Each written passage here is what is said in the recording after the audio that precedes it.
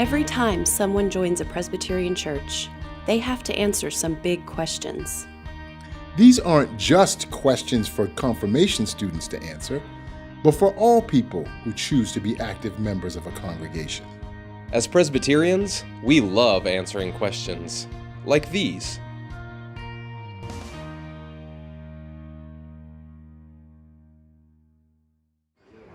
So my favorite story from Jesus' ministry is when he's on a lonely road with some disciples after the resurrection, and they don't recognize him. He spends all day with them, they still don't recognize him, but they only recognize him when he does the most Jesus thing he does in all the Gospels. The most Jesus thing that Jesus does is to break bread and give it to his friends.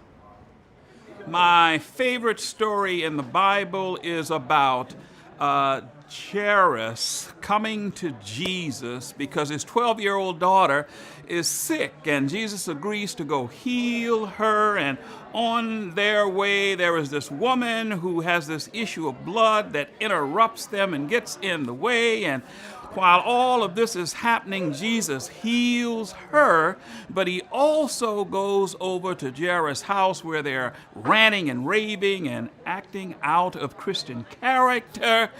The daughter has died, and Jesus goes in and heals her also.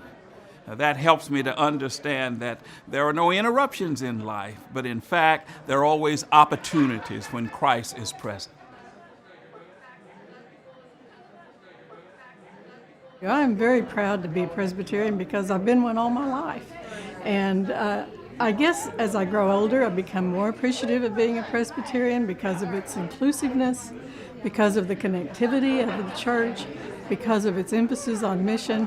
I'm a Presbyterian because the Presbyterians are the ones who offered an opportunity for education for my grandparents. My grandparents were raised in the rural South when public education was not available to members of my family, and Presbyterians offered that opportunity to them. My grandmother got an education, and so did my aunts and uncles, and so that's why I'm a Presbyterian.